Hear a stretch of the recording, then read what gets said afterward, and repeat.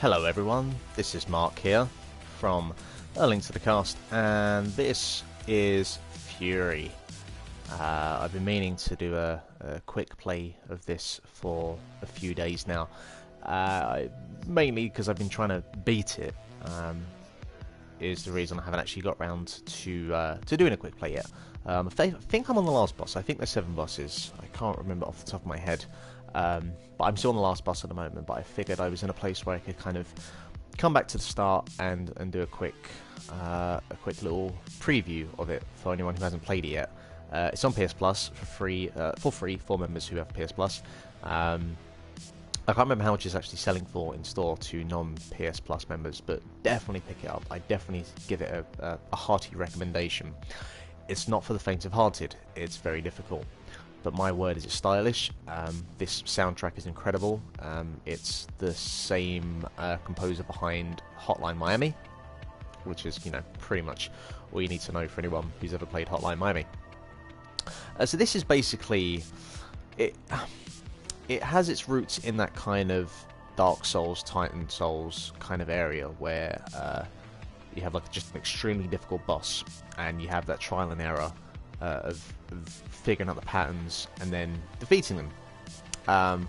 I've never really enjoyed Dark Souls because it's just too much for me, and also because it's rooted in that kind of Middle Earth, medieval fantasy bullshit that I have no interest in.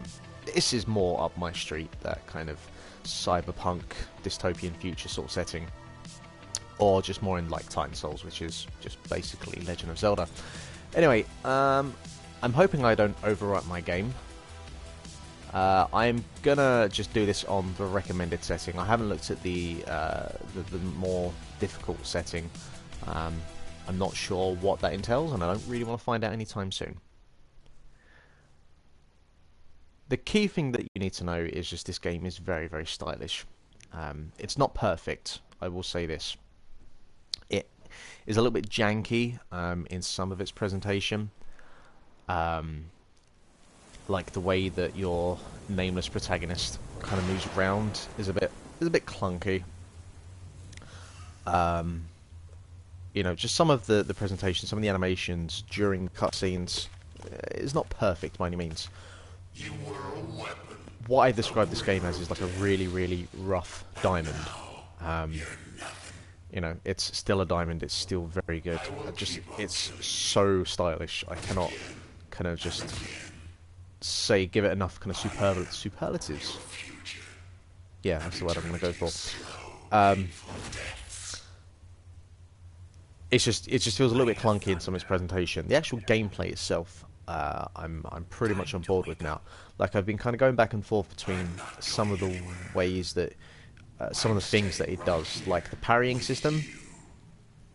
It kind of feels like it's clunky, and it feels like there's a little bit of a delay there, but I feel that's by design. It's like the original Castlevania. There's a little bit of a delay in the whip, so you really have to kind of time every attack or every kind of parry that you do. And I feel this game is going for that same thing there. Like, I feel there's a delay by design. Only because the attacking is very, very sudden. So there's a little bit of delay with the parry, but the attacking is very, very quick. And it's very frantic, but still feels like you're in control. The general premise is, I don't really know, to be honest. There's this bloke here, he's out of a prison, there's the guy in the rabbit hat, it's all gone a little bit Johnny Darko, and you just have to kill a bunch of bosses. And then there's like a kind of walking exposition narrative bit in between. That is pretty much it as far as I'm aware. Now the walkings, the travelling between scenes is a bit slow. I can't go any faster than this. And there's nothing really to explore in the environments. They're just kind of set pieces to get you to the next area. There's no need to kind of go wandering off. It doesn't really let you. If you get stuck and don't really know where to go, you can just literally hit the X button and it will automatically navigate you towards the area that you need to get to. So for the purpose of this playthrough, I'm only doing the first boss because I'm going to have to kind of relearn these attack patterns. I'd like to think with the first 6 bosses that I've done, I should be able to do this one fine. It says,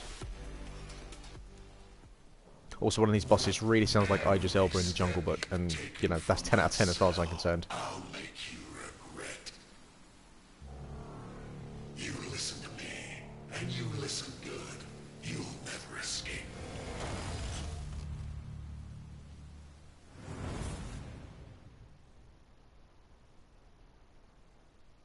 I swear I'll put you right back in your cell. There's an easy way and a hard way. You choose. I wonder.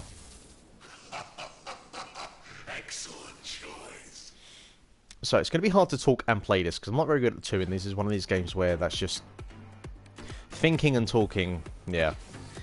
The general idea, so, I mean, it's going to give you the kind of the instructions as we go through in this first boss. You move the right stick, and at this point it's a twin-stick shooter. And this is one of the cool things I like about this game, is that it does several different gameplay styles in one game. So, you'll see, if you look closely, his staff shines when he goes to attack. And so basically you just press circle, and you have to time it. You know, you can't just randomly hit circle and hope for the best. You have to time it. Square is your basic attack. You can hit a combo of up to 4 times. You usually end up hitting 3.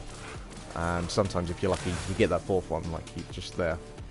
While in this kind of second stage, because the boss fights are split into kind of 2 stages in between each of the individual stages. His bar is on the top right, as you can see, and there's those orange boxes.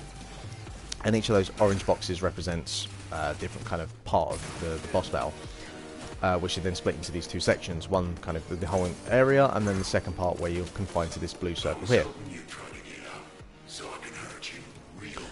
If I lose a life, I have 3 lives there. If I lose one, if I beat him, I get 1 of my lives back, which is very nice. If I hold R2 down and then aim with the stick, I get a charge shot like that, which is very handy. Very, very handy. Obviously there's a bit of a risk because, you know, certainly with other bosses later on, they move very quickly. If I hold down square, I can do like a charge blow like that. And that can be very useful, as you can see there. Obviously this is just the tutorial level, so it's not quite as frantic as later. I need to actually hold down. There we go.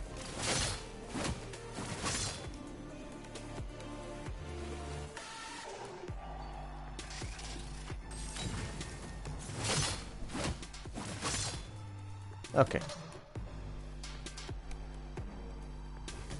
So yeah, at points it's just like a kind of hack and slash 'em up. At points it plays like Ikaruga, like I think it does here. If I press X, I can move, like zip across the screen. If I hold down X for longer, I move further. And as I press X, I can, like these barriers here, I can't walk through them. But if I use X, I can zip through them. And that is like a necessity to getting through this game.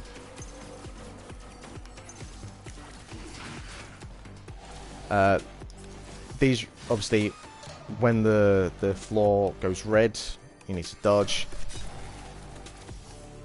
And so the key thing is just knowing when to attack and knowing when to defend. Knowing when to kind of go out on an all-out offensive front, and just when to just kind of hold back.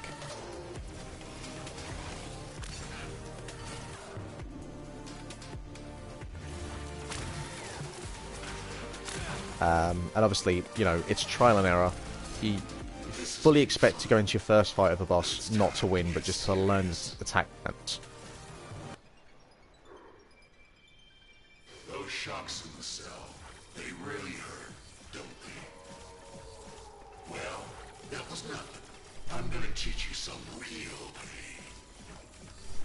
And as you can imagine, each boss has their own attack patterns and does certain things. Some are more kind of melee focused, some are more energy fucking Kaioken style fucking attacks. And so the way that you fight, you know, will vary. Sometimes you'll need to be more melee focused, sometimes you'll need to use your gun more often. I really should have dodged that.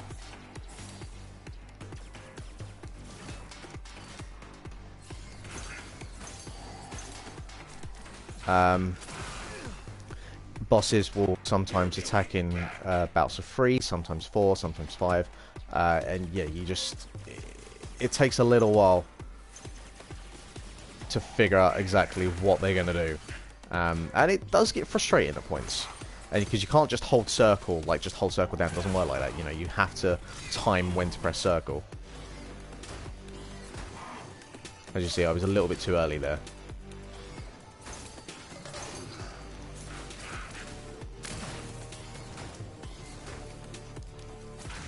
And even now, I've gone through 6 bosses, I'm sometimes still just being a little bit too early.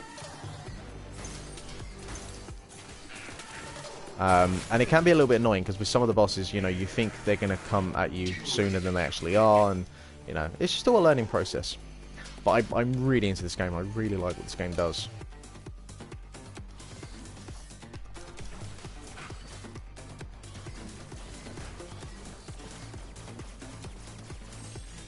Like, sometimes you can just pretty much keep your distance and just kind of fire from afar.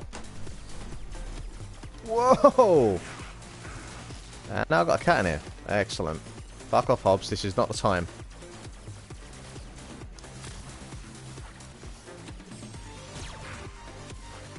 Oh, he's gone for the windowsill, so I should be alright. So yeah, he's gone for like 4 attacks there, and you just have to remember it.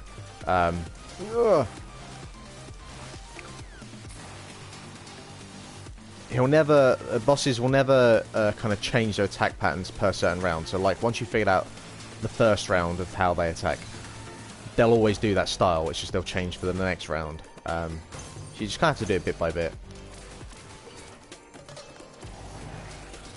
Well, slightly other news, I saw the new Ghostbusters film, and guess what? It's actually pretty good. So for all you grown men out there crying that it's, you know, the worst thing ever, I'm afraid you are wrong. And all the accusations that Sony paid off reviewers, again, I think you're a little bit off on this one.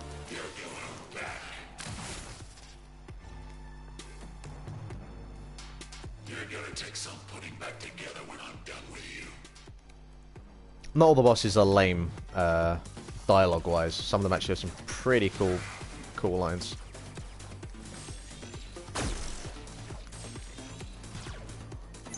So as you can imagine, like, with each boss, as you get through each kind of, sort of life of theirs, their attacks are sort of an evolution of what you've learnt from that boss battle already.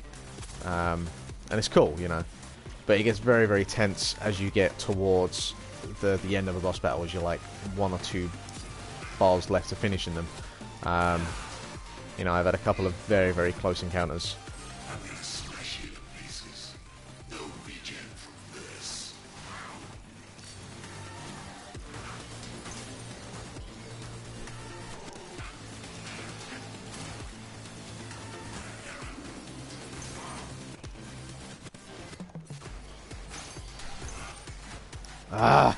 Still haven't got the fucking parrying down.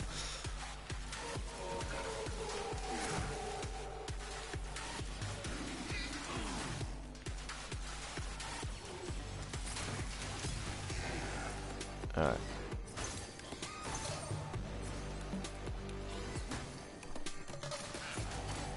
See, now I'm getting quiet because I've got a lot of life left and I don't want to die.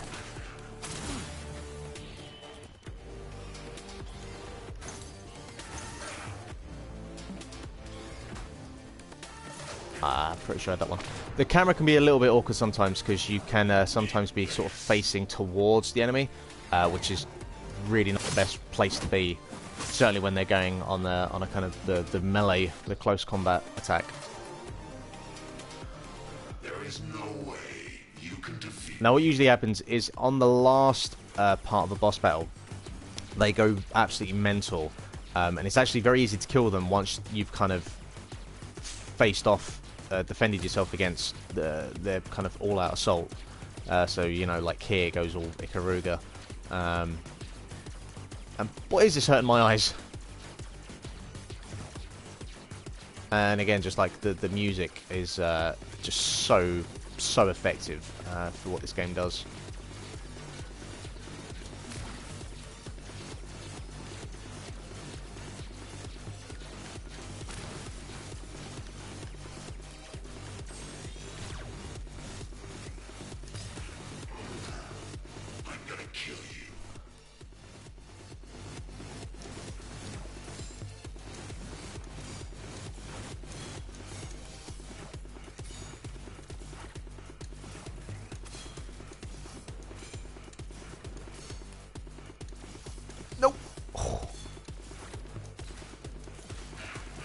So yeah, so basically you just have to, in that last part there, just defend, defend, defend, and then you can kill him in a couple of hits.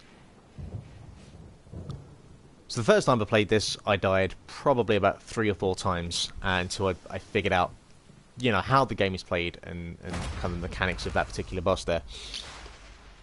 So it's nice to see there's been a progression in my gameplay and abilities when it comes to this particular game.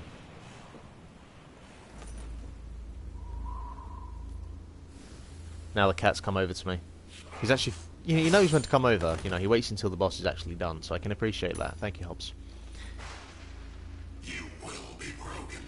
You will go back to yourself.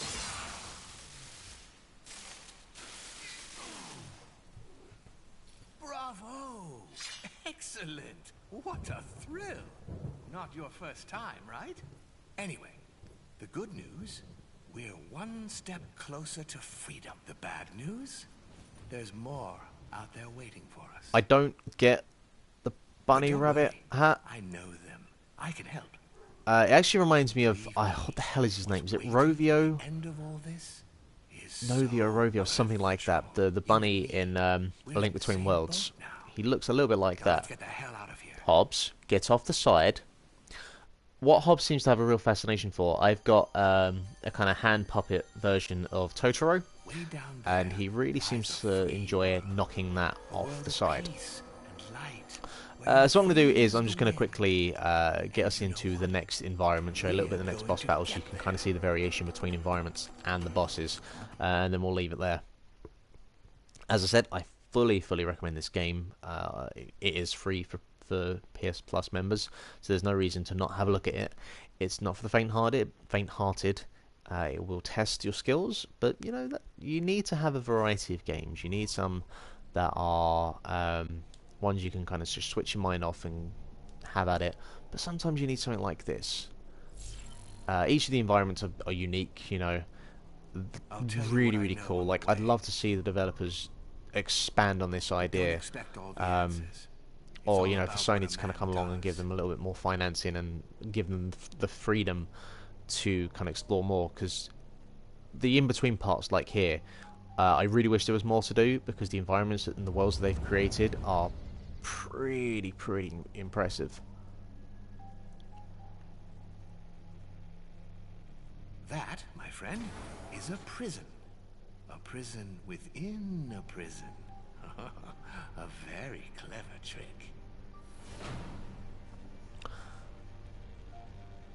So these bits are maybe a little bit tedious. Obviously, your bunny-headed friend here does his best to kind of keep things interesting, give you the narrative, Turned up one day, kind of vaguely explain what's going on, but and then bam!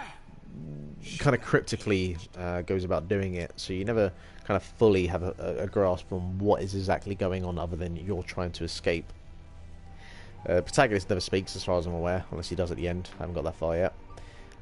But even within this kind of limited frame of storytelling, and these just kind of one-on-one encounters you have with these bosses, you know, you get a pretty kind of decent feel for what these characters are.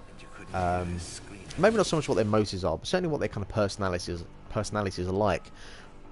And you get a kind of brief idea of the relationship between them and the protagonist. And it's definitely something I could see them really going further with, really expanding on. So yeah, so I definitely give props to developers. I haven't got the name of them off the top of my head, and I feel bad about that.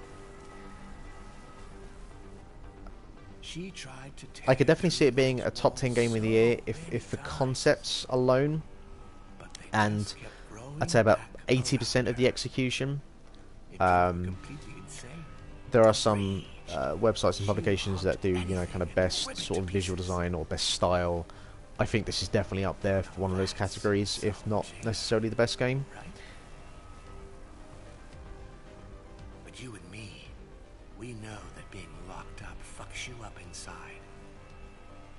We know that so well, don't we? That's why we did what we did. That's why we're getting out. That's why our story doesn't end like hers.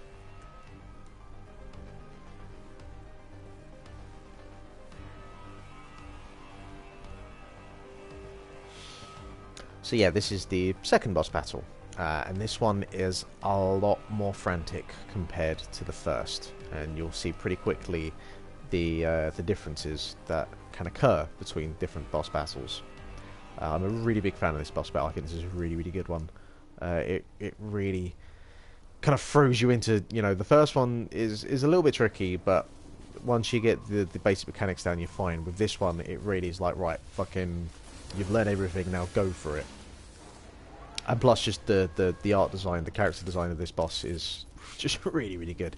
Reminds me of something out of Saga, which is a really good comic book, if none of you have ever read it.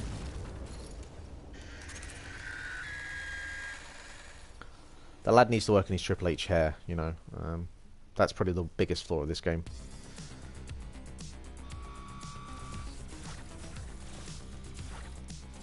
So yeah, your one here has a pretty large projectile beam that can destroy these environments that they do regenerate. The music's fucking amazing in this level. I can say that about pretty much every level. So with this one, you kind of just want to keep moving, kind of fire from afar, because you can't really get in close at this point, because, you know, I think it's a she, keeps on doing that. But then you can kind of, if she freaks out, get in there.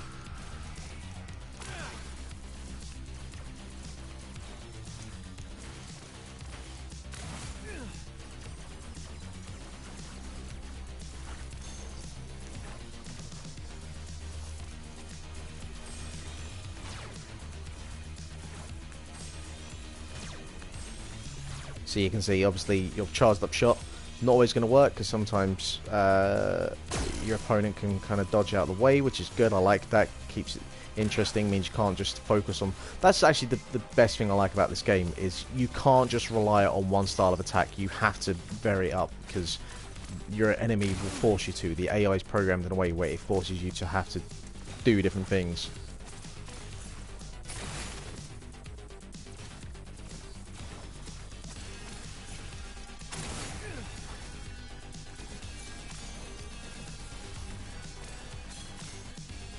What I like about this boss as well is it's got a little bit of that freezer sort of style about her, where she'll kind of not evolve, but she'll change, which also can fall off the side.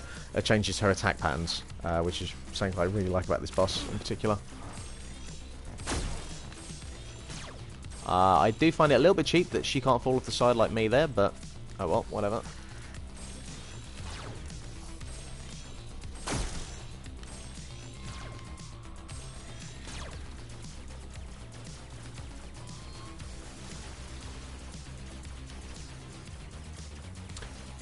Also, when opponents fire off projectiles, sometimes they will fire off green projectiles, which you can shoot and are basically, you know, health.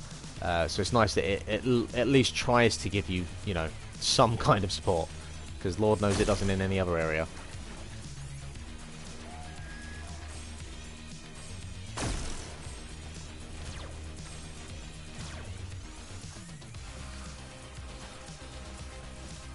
The other thing about this game is you just need to be patient sometimes. Like, sometimes you want to try and get in and get all your offense in one go. It's not going to happen, you know. You have to sometimes bide your time and wait for the right moment. So these boss fights can take up to like 15 minutes. Which, you know, when you play an average game, a boss fight can usually last only a couple of minutes. So I like that it really forces you to pay attention for long periods of time.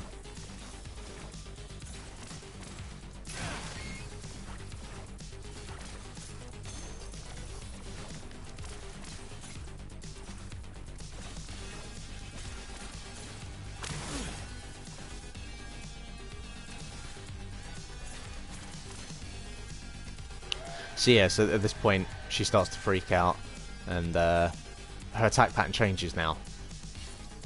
She's, you know, kind of more close combat focused now, because she's got a giant fuck off scythe.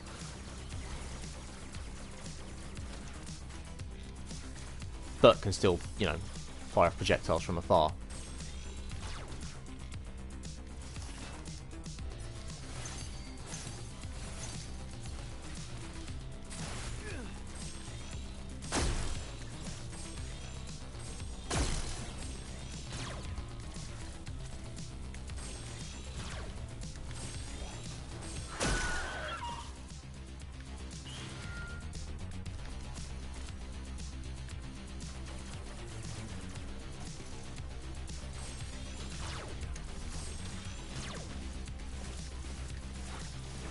Ah, that was really, really poor on my part. Should have parried that.